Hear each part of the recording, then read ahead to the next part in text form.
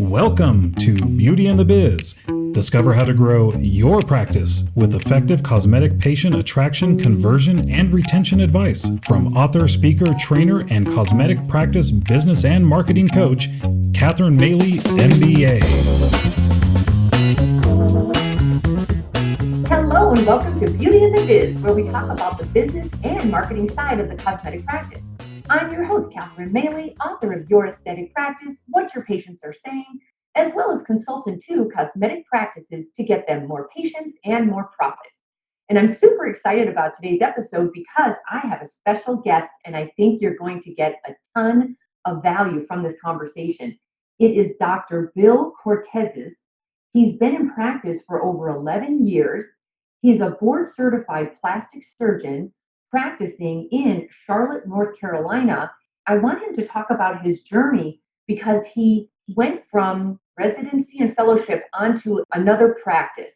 And I'd love to hear his journey from going from school to the real world and the lessons he has learned and probably the stuff that hurt, the stuff that felt good, and then how he's building a name for himself in his only 11 years, and then some of his outside interests as well. So, Bill, I almost just want you to just take it away and let's just talk about your journey.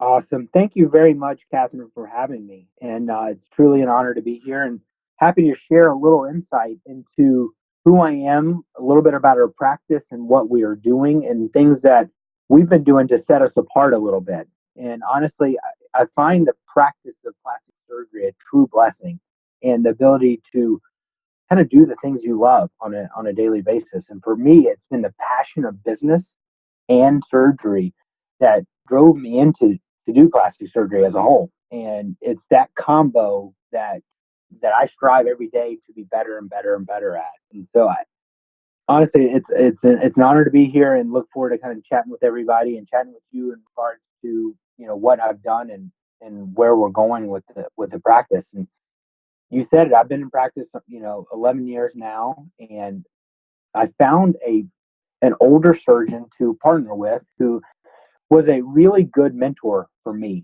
And honestly, I joined that practice because of one thought. We had the same philosophy in regards to taking care of patients and how we practice the art of plastic surgery. And for us, that message was that philosophy to do the best for that patient and always strive to do better and never be complacent with the same old procedures that you learned in training. And nothing wrong with how you learn things in training, but for us as plastic surgeons, we have to learn to evolve and be different and adopt new technologies, new treatment algorithms, new ways of doing things. And it was that philosophy that drew us together. And, it helped that he was, super successful and he helped mentor me along the way. But what we found was it was a synergistic relationship. It was never, I was on the coattails of anybody. It was more of what could we do to help each other and to continue to differentiate ourselves and make ourselves, better every day. And honestly, that's the philosophy that we live by on a daily basis. Well, to jump in, that relationship can be a tough one. I have watched so many doctors, surgeons try to work together. And the biggest reason I see the thing disintegrating is what you're saying. They don't share the same values. And if you don't share the same values, the rest of it falls apart because then you're competing against each other's beliefs and where you want to go. So that was fantastic. Did you know that ahead of time? Like how much did you know about each other before you joined forces? And did you join as a partner or did you just come on as a contractor? How did all that work? Yeah. So I went on a ton of interviews and I looked at a million different practices. And, I'm always one of these people that I can tell based on interactions, whether or not it works or doesn't work. It's more of a feel thing. And I could tell when I interacted with this gentleman that we did share the same philosophies and we had the same energy, and I knew that it was going to work out. Now, that being said, there's always struggles along the way, right? And that's all part of the process. And honestly, I can't sit here and tell you it's all roses because it never is. But if you hold the same philosophy, and the other thing that I always take to bat is whatever I do has to be for the betterment of the practice and what's Right. going to benefit the both of us. And if you take that approach and you approach every problem and every solution that same way, it's going to work out. And, my partner realized that I had his best interest at heart at all times, and that if we did this together, we were way better off. And communication was huge.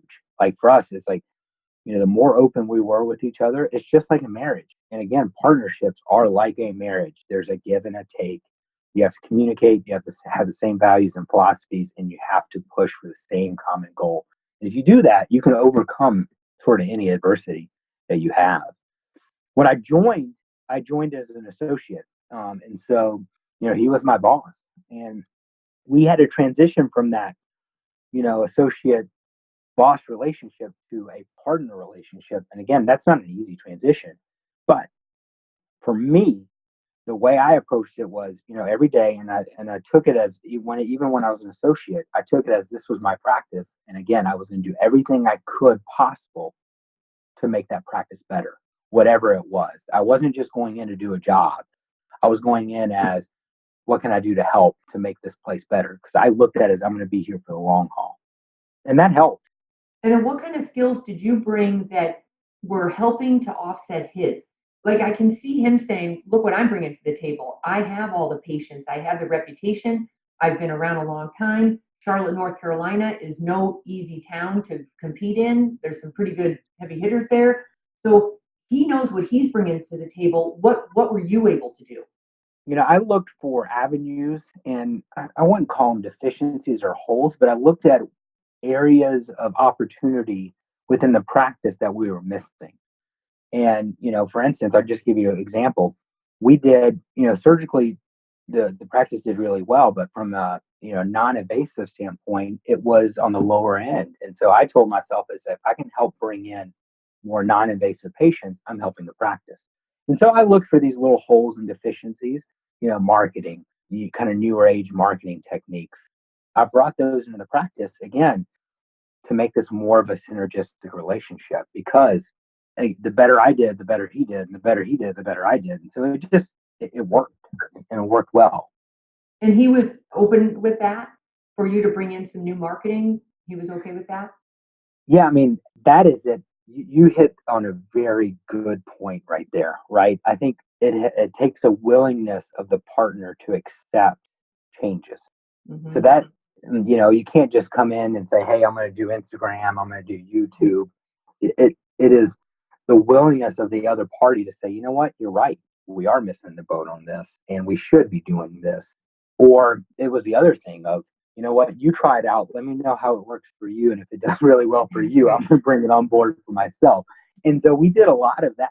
And, not everything we did was a slam dunk or a home run, but, we learned from our mistakes and we moved forward and we were both willing to try and push the envelope a little bit.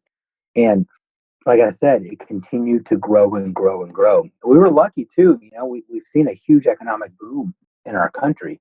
When I first started out, I started in 2009. It was right after kind of the biggest economic crash our country's seen. And we've seen this slow progression of growth over the past 10, 11 years. So it's been great. So it's a really, good time to practice. But I always look at this as there will be another time in our country's history we're not going to be as successful economically. And so you always have to prepare for this potential downturn. What are you doing to save within your practice? How are you cutting costs? These are things that everybody should be looking at on a monthly basis. And it is imperative that everybody looks at their numbers. And if you're not looking at your numbers, you don't know what your numbers are, you need to have somebody in your practice that is doing that on a daily, weekly, monthly basis. For sure. Back to marketing, just to generalize, typically a surgeon who is a mature surgeon who's been in practice for a long time has built his practice on reputation, not on advertising and marketing. Whereas the new surgeon coming out, you almost had to grow up on that because you don't have the time anymore. You do know in the old days, they used to say it takes about 10 years to grow a practice. And in today's world, they want it now, like within a year. And that's just the new way of thinking. But you can kind of push that if you throw enough money at it, but you still have to develop a reputation and a word of mouth community that loves you and talks about you and gives you great reviews. That takes time. It also takes money. So how did you two get together? And because I would think he's resisting some of the new marketing strategies and doesn't want to put money into it. But was he open enough to say, okay, let's put some budget in this. Let me see how it goes. And then were you marketing as you, or were you marketing as the practice? So, I think it's a combination of a lot of different things. And for us, I always like to start with the low hanging fruit. Some Facebook and Instagram is relatively cheap if you do it yourself and you're not outsourcing any of that social media marketing. And so that's a really good avenue for certain people. The other really good avenue is getting out there in the community. That's one of the first things I did when I came into Charlotte was I went to every single event. I introduced my people. I went a little old school. Even though I'm talking about marketing, going old school and being a part of the charitable organizations around the area, introducing yourself to, multiple clubs, willing to speak at whatever event was being put on was super important. And that helped drive patients into practice and for people to get to know me. But we also talk about this ecosystem, right? Your brand ecosystem. Your brand ecosystem is not only you and what you end up doing surgically and having patients refer to you, but there's also the social awareness. People want to know who you are. And nowadays, people want to know, are you a family man? What do you do on the, outside of work? They want to get to know who you are as a person. And that is all part of your brand. And it's your work, which includes your website, before and afters. It is your social media presence, what you're putting out there on social media. It's your review sites. People want to know what people are saying about you. It is amazing what individuals know about me coming into the office that I'm shocked because they know pretty much my whole life story. So you're not alone out there. I mean, people know exactly who you are and what you're about. And if you look at some of the data around review sites, and that's another one that's a very low hanging fruit, not very costly as in regards to having your patients write reviews about you. And if you look at the data, that's the majority of the first time patients are coming to your office will pick you based on the amount of reviews you have and the amount of positive reviews that you have online. And again, that is not a very costly thing to a practice. So I would start with social media, making sure you enhance your review sites. And that is one that is not very expensive for you and or the practice that can really drive significant volume of patients to you. How much time do you think you're spending on social? A lot. So, I mean, I try to post something on Instagram on a daily basis. I do it on Facebook. We're starting a YouTube channel currently that is going to be both individual and practice. Because I think it's important. Even though we're a group entity and we have the same philosophy, we all have different personalities and we all have different specialties within the whole area of aesthetic cosmetic surgery. And I know you asked that question before, is how do we differentiate ourselves? And I think it's important that we do because I believe, and I think this is the philosophy of our practice, there is a patient for every single provider. And what I mean by that is a patient may want not only this person who does the best breast augmentation or the best rhinoplasty, but they also want to know the personality as well. And I think there's certain personalities that match up really well with each other. And I think that's the benefit of being in a group practice is you can offer all those. And you're not letting certain patients go to different practices if they're looking for different things. You can offer it all in-house. And that's been a huge benefit for us. So how does that work out? If a caller calls your office, but they don't know you particularly, they just have heard your practice name. I think there's another surgeon in your office too, right? Don't you have three of you? Yeah, there's three of us now. And so subsequently, since I came on board, we brought on another partner. And again, we work very well synergistically together. And it's not one of these things where every single one was additive and we never took away from the other person or their business. So if somebody calls in the office right now, it is amazing that over 80% call to see one of us specifically. Very amazing. And Of the remaining people that call, our front desk people have been trained to elicit, what they may be looking for. Is there a specific day of the week or a specific office that you would like to go to? And then they help direct appropriately, making sure, again, this is the business side of what we do, making sure that those unassigned consults are spread out evenly, that one person's not benefiting more than the other person, again, because you have to be very cognizant of that in a group practice. Because you don't want any sort of feeling of this person's benefiting more than the other person. You want to make it as fair and even as possible. And that helps things to stabilize and be longevity of a group. This is why certain group practices don't last, is there's fear, there's animosity amongst the different partners, and we try to do things as fair and evenly as possible. Do you meet very often, the three of you? You were talking about communication because that's key. When you have that many partners, are you meeting regularly? Is everybody really brutally honest about, I feel like you're getting a bigger part of the kill? Is that kind of thing? Have you got that covered, or does it keep coming up? Yeah, you have to learn to have difficult conversations and have those difficult conversations well, and not do it with emotion and be more matter of fact and succinct. And for us, we've really, throughout the years, it wasn't like that early on, but we've learned that trait and to be very open and honest with each other, and that's helped. We meet weekly with our leadership team to go over important decisions and everything we're doing. And honestly, we text, and we do a lot of text communication and emails on a daily basis just to cover everything throughout the office. As you imagine, we're two office locations. We're looking to expand and purchase some other facilities and grow our practice. Communication is super important. We're always telling each other and giving each other updates, and everybody has to be a part of these decisions. Otherwise, you don't want to have anybody left out or not. For sure. So do you all have your own social media platforms, but you also have a practice platform? Yeah, we have both a group social media account and also individual ones as well. But again, because we want to highlight who we are individually and what our personality is, because there's certain patients that are attracted to certain personality types. But we also want to communicate the fact that we're together and we see eye to eye. We have the same philosophies, and we're not only business partners, but we're buddies. And that is imperative. We have the same common goal. We want to give these patients the best outcome and the best treatment that they can get anywhere. We want to be the elite, the best of the best. But again, we know that we're slightly different and our personalities are different. And we have different strengths in terms of, what we're known for. Okay. Do you share the same website, or do you also have your own website?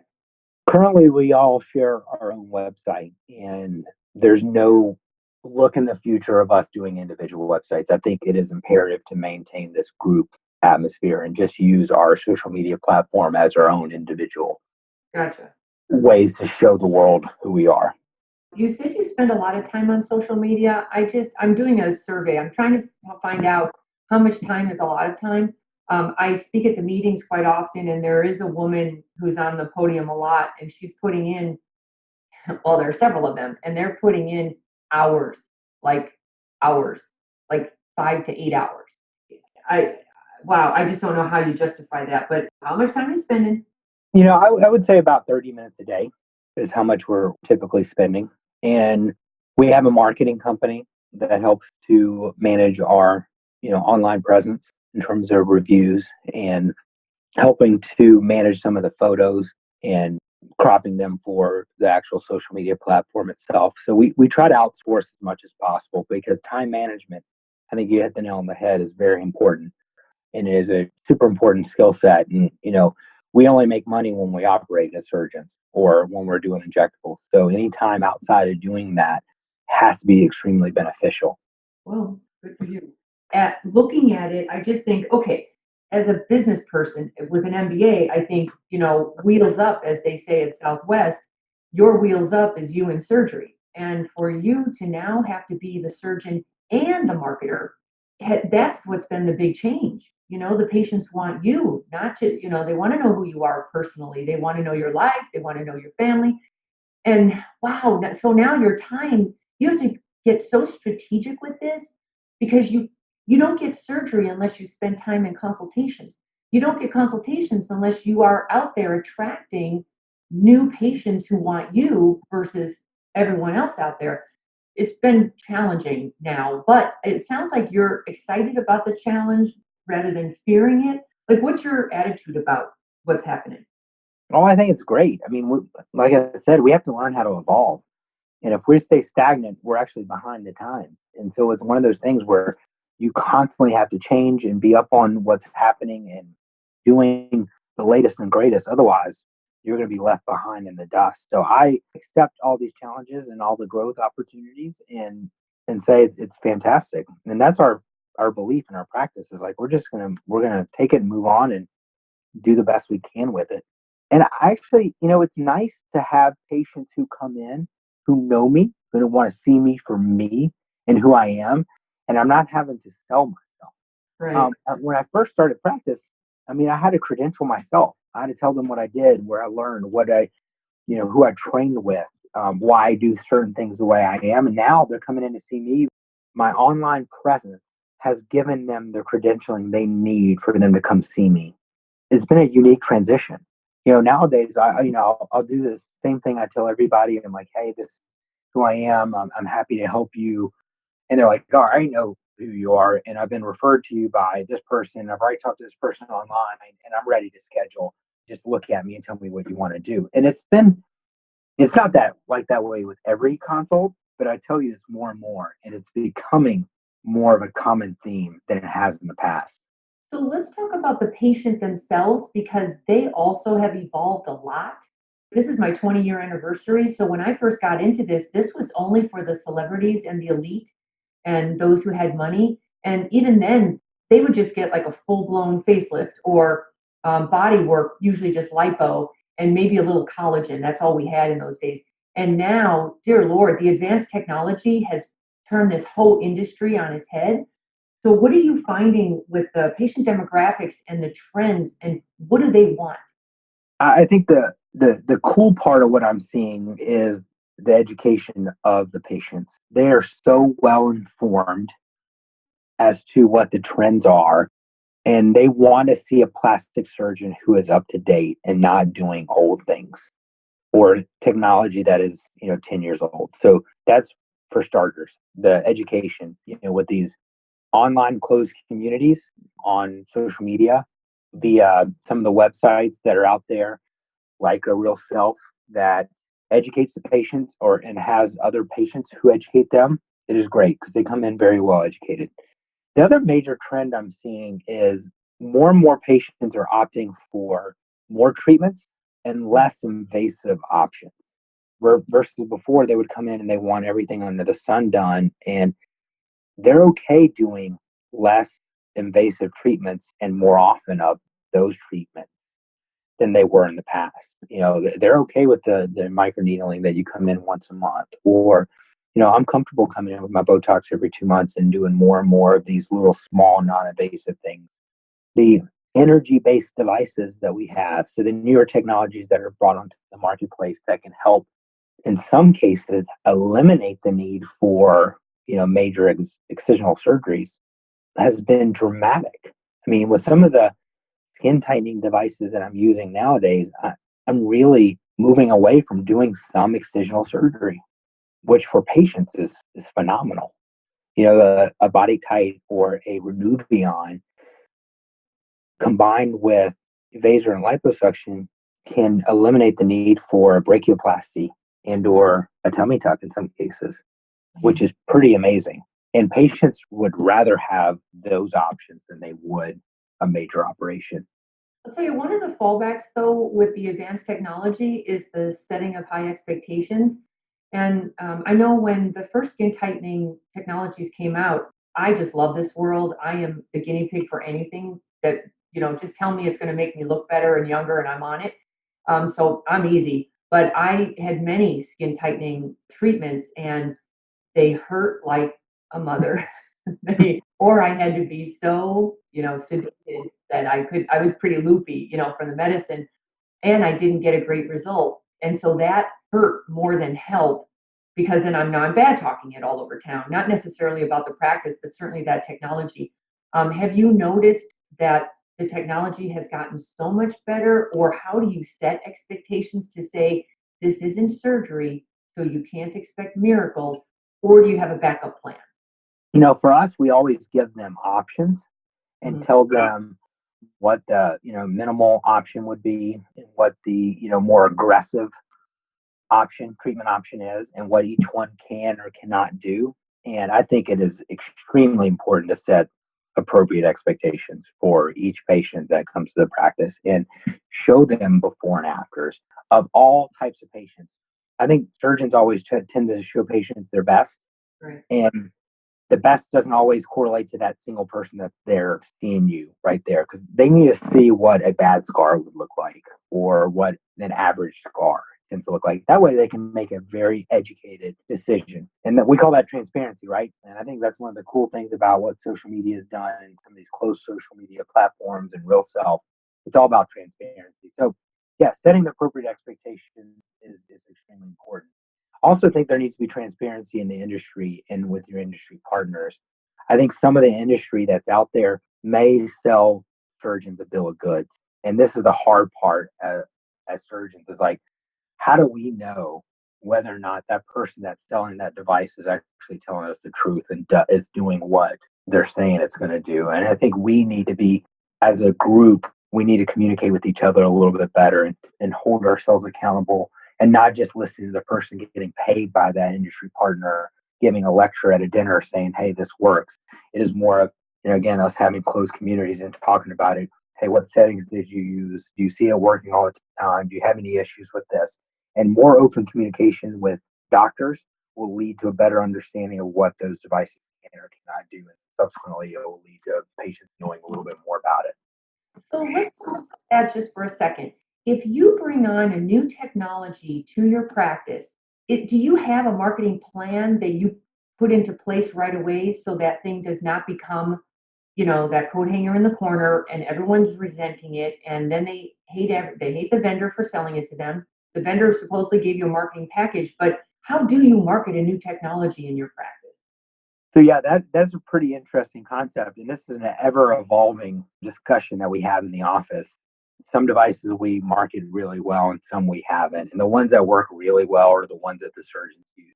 I can tell you, every single device that we brought in that I use personally ends up doing pretty well, that I believe in and I put my name behind. It's the ones that we go in that we have an esthetician use or we have other staff members use. I think we do a very poor job of marketing. And I think that's an area of opportunity for us to grow. Hands down, the first thing anybody needs to do is do a pro forma of that device and find out what the profitability is of each device you're bringing in the office and what it's going to take to make that device successful from a number of patients standpoint. How long is it going to take to pay this off? Does it make sense? Is that the best utilization of your resources, being cash at this point? Or are you better off doing something else? And is it fulfilling a void in the practice? So that is number one for us. We always do that with every single device that we bring in. And then subsequently, from a marketing standpoint, if I'm utilizing it, then I'll put it out on social media. We'll make a little video and show our patients what it entails. And then I talk about it in every single consultation. And that seems to work. But again, an area of opportunity for us is on the stuff that we have our estheticians use. But we still do the pro forma and all that stuff, and it's helped. Are you still doing any of the old school marketing, TV or radio or billboards, direct mail, any of that, events? We do events, and we hold one yearly event every year, and it's our kind of annual event where we give discounts, and it's a glorified open house. And during that event, we end up doing some radio, a little TV, and some direct mailers, and that seems to help it. Throughout the year, that is the only time we utilize that sort of marketing. I think it's kind of fallen by the wayside, at least in our community, and it hasn't shown a significant return on investment. So I've sort of avoided utilizing our cash. And I think that's one of the hard parts in any practice, right? Is trying to figure out the money you spend in marketing, is it really giving you that return on investment? And we try to analyze it. We ask every patient that comes in the office, we track it internally. And what we found is radio and TV don't give us a significant return on investment. And it's better utilization to put that money elsewhere. And what we found is web traffic If you can do more social media, more web traffic, it is significantly better for us. The other thing that's been remarkable is this service-oriented marketing approach. So we're really big in our community in terms of giving back. We feel very blessed. We want to give back as much as possible. And we sponsor, give cash to various organizations. We're very front and center. And that has been a great brand awareness of who we are. So that's a slightly different, marketing theme that we like to do within our practice. And it's worked. I think it's imperative. You cannot look like capitalistic pig in today's world. We are too unified now. You have to have a charity that you're working for, not just for your brand, but even for your team. That you actually care about the community and you want to give back and you want to better the world. And I think that's your why sometimes, because otherwise the why is we want to make money, but that doesn't sustain you in the bigger picture. Giving back is I just think it's imperative. So I'm glad you said that. And I agree with you. The why should never be making money. And in honesty, if that is the why for folks, you're going to fail and fail miserably and fail all the time. There's got to be a greater mission. And you and I both read a million business books and read a million case examples and case studies. The people that are the most successful in the world always do something for another reason, and the money follows. And the money is an out product of all the other things that you do. And I'm a true believer that we're extremely blessed. And if we don't give back, we're doing a disservice to our friends, our family, our community. And it's extremely important to do so. Let's switch gears then and go back to the business side of plastic surgery. How big is your team? How many staff do you have? So between full and part-time employees, we're close to 60. We have 3 full-time surgeons.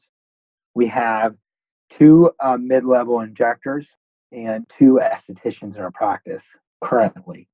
We are looking to expand. We are hiring another surgeon and potentially 1 to 2 more injectors, and looking at further growth and further locations within the metro region. Huh. Do the surgeons do any injecting? Yes, we all inject, and all of us like it to a different degree, as you can imagine, right? Surgeons like to operate.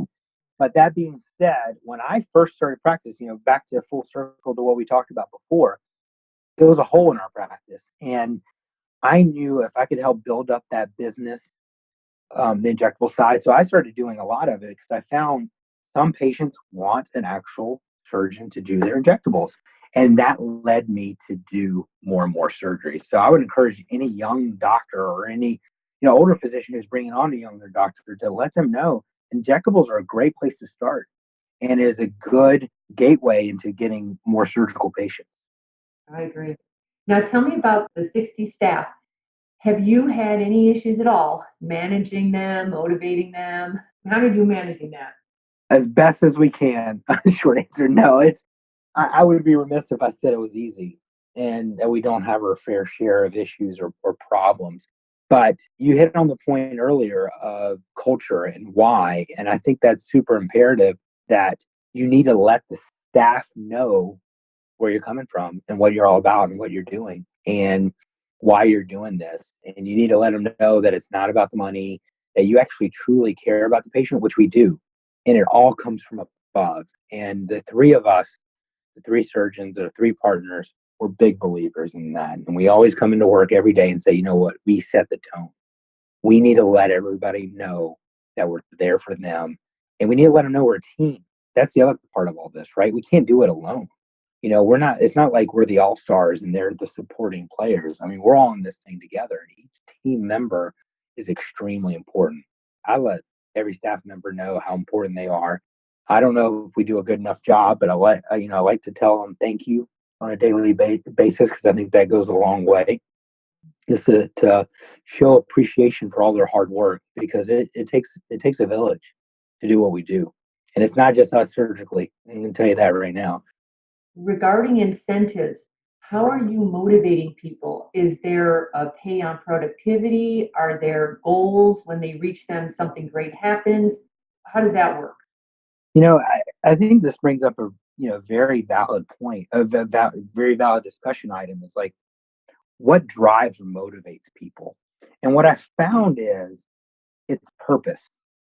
And they need a purpose for whatever they do. And it's not, some people are driven by money. And if that's the driving factor for employees, I think you need to offer incentives. And we do that for certain people. But I think it's a purpose. They need to have a common purpose and know that they're part of a team and they're actually making the appropriate changes that are necessary. But for that to be the reason, the motivation, money has to be off the table. So you have to pay your employees enough where it's not a concern. Because if you're not paying them enough, that's always going to be on their forefront. But as soon as you take money off the table, that you're paying them enough and they feel justified with the amount of work they're getting for their payment, then it's all about fulfilling your purpose. And we're big believers in letting them be part of this, bring ideas to the table, make appropriate changes where they see it within their department, and they taking ownership of that area. But again, that being said, for that to be the case, money has to be off the table. You have to pay them plenty. And so we're big believers in, you know what, we're going to work you hard, but we're also going to pay you appropriately. And we're going to pay you what you deserve and make sure that you're taken care of. And if you have any questions or concerns about that, you can always address them with us at any time. And we give yearly bonuses to all our patients. That would be awesome, wouldn't it, if we gave bonuses to all our patients? No, we give bonuses to all our staff. And we let them know that how appreciative we are of them. By the way, is there a buffer between the surgeons and the staff, such as a COO of some sort? We have an office manager, and we've had some changeover in that department. It's been really difficult, but we found a really good administrator now who is kind of leading the show, and she does serve as a buffer for us. But I've always been one of these people, you got to have open communication. The best way, Elon Musk said this, right? The best way to communicate is directly from one person to the other. You can't have this hierarchy where this person can't talk to that person, because then all of a sudden you're playing the telephone game. And the whole communication thing just might have just fallen through the window because you're hearing something different. But you have to have open parallel channels of communication. So we have an open door policy. So anybody can come chat with us anytime, and we'll hear them out and we'll talk to them. But we need a leader that's on the business side that's looking at it daily on the hour. So it's both. But we all believe in this open communication, open door policy that they can chat with us anytime. Wow, that's great. I mean, if it works for you, that's terrific. I personally would prefer the staff not jump over. Well, here's what usually ends up happening if you're not set up with boundaries. The staff, no matter how many office managers you put in front of them, they jump over them and they go straight to their favorite surgeon who always gives them what they want.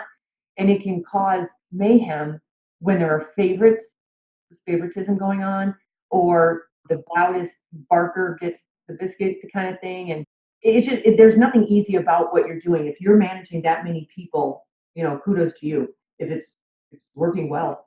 So moving on, how do you think differently than other surgeons? Like because you have a much different growth mindset than I normally typically hear.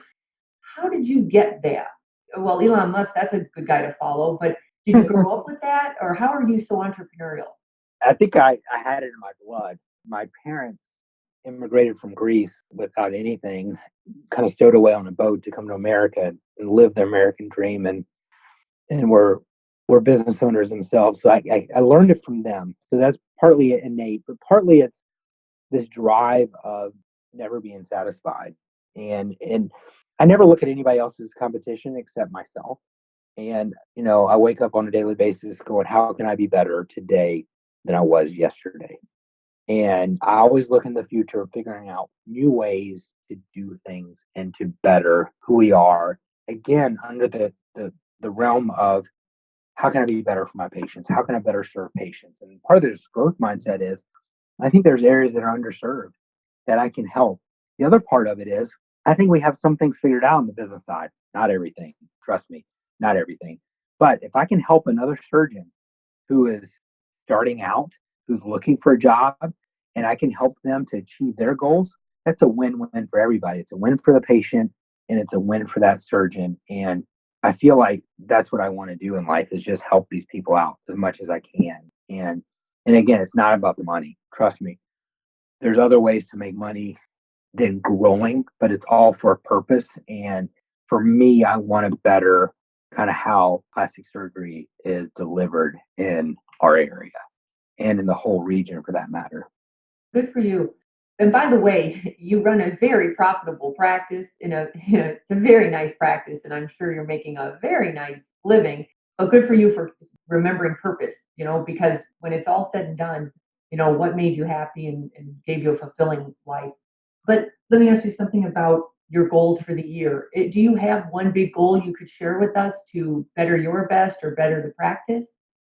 Nailing down one specific goal is difficult, but we're getting ready to go into our strategic planning meeting for the year with our executive team, and we kind of outline the goals for the year.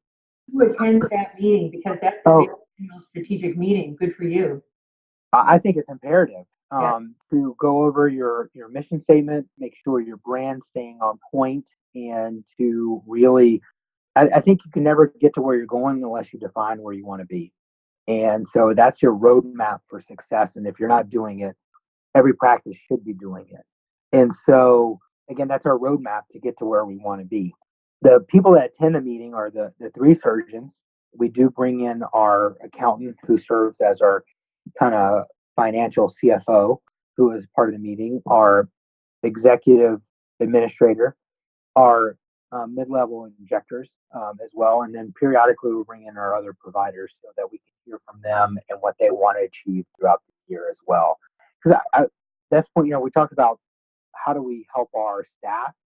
For us, we want to know what they want to do. Like if we have a staff member that wants to grow, we're going to help them get there. If that is more schooling, if they want to get further education, if we have a nurse who hasn't learned how to do injectables, they want to do that, we'll help them get there. If we have a staff member who's a front desk receptionist and her goal is to be an office manager one day, we'll help her get there. And I think that is super imperative for us. So we that's part of the strategy, session is to find out where everybody wants to ultimately be, find out what each surgeon wants to do. If one surgeon's like, I'm ready to retire, I want to actually slow down a little bit, how do we justify that within the practice? Or if one surgeon wants to be a little bit busier, how do we get that person there? So that's all part of this kind of session. So I don't know if there's one overarching thing that we want to accomplish. It is these little bits and pieces. For me, personally, it's like, again, I want to be better than I was last year, and I want to continue to make patients happy. I want less complications, as any surgeon does, and we want to come up with newer and better treatments to help take care of our folks. Great. Okay, last question. If somebody came to you, whether it be a surgeon who's brand new or just out 5 years, or he's been around for 25 years, what skill would you recommend they learn or improve on to survive this new crazy world of intense competition and advanced technology and patient consumer trends changing and all of that? What would be most helpful to them? I think there's a lot of things, but one I think is transparency. I think to be completely transparent with your experience, what you can do, be very upfront with expectations for what they can or cannot achieve. I think your willingness to learn is another thing. I wish that somebody taught me that in the beginning. It's a learned trade. You feel like you don't want to ask somebody else for help because you think you should have known that information. But trust me, we are all learning on a daily basis, and don't ever, ever, ever be afraid to ask somebody for help. And if they can learn those traits, I think they'll do really, really well. And work hard every day. That's important. And don't do it for the money. That's for sure. So, where can they learn more about you? I have a website, drbillkortesis.com. I know we did say that, but it's more my business website. And they can learn about me on my social media at Dr. Bill Kortesis. And I'm always willing to take any phone calls and talk to anyone anytime. That's terrific. Well, thank you very much for your time. I believe they got a lot of value out of this because I know I did. And it's just so interesting to hear that there's no one way to do this.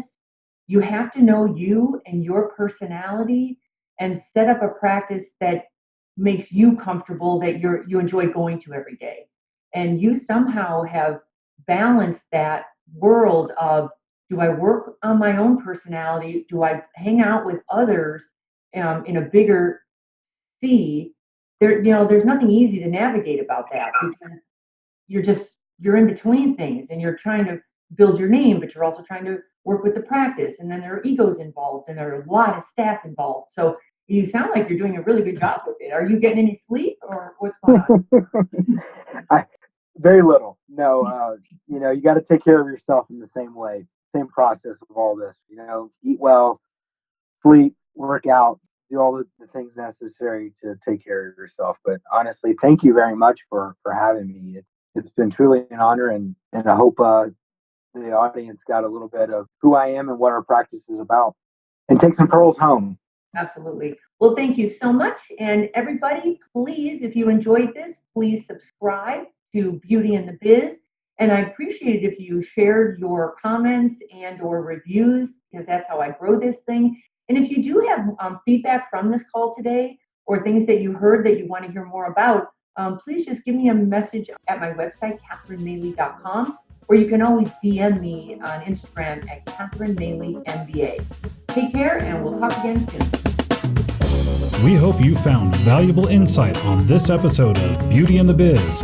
For more episodes, tools, and Catherine's free book, visit www.catherinemaley.com. That's www.catherinemaley.com. And be sure to subscribe to get the latest practice building strategies delivered to you. And don't forget to share this Beauty in the Biz podcast with your staff and colleagues.